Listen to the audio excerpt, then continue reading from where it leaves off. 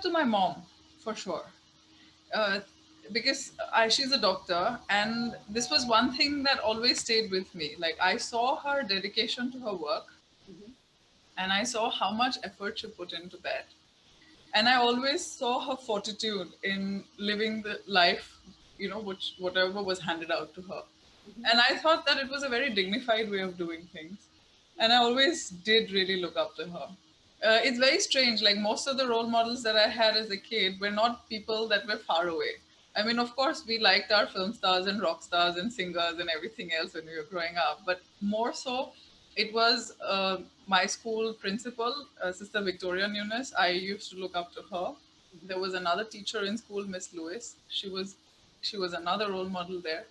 And when I came to college, there were all these teachers and professors in Delhi University who made such a huge impression on me. Hmm. And lastly, of course, my guide who was with me for my MPhil and PhD, Dr. Chintamani Mahapatra from JNU. Okay. And that also made quite an impact because I could see these people who were professionals and who lived their lives, with when they had to work very professionally, and otherwise they were personally so warm and so caring, and they were also careful enough to kind of let me know what they had learned along, their lives, so I could make a decision, or I could have something to think about before taking a step forward in my life.